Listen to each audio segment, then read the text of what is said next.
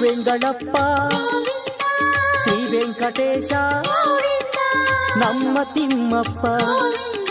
ಶ್ರೀ ಶ್ರೀನಿವಾಸ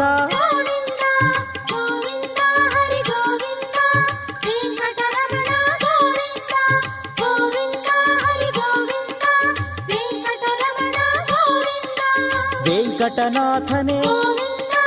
ವೇದ ವೇದ್ಯನೇ ನಿತ್ಯವು ನೀನೇ ಸತ್ಯವು ನೀನೇ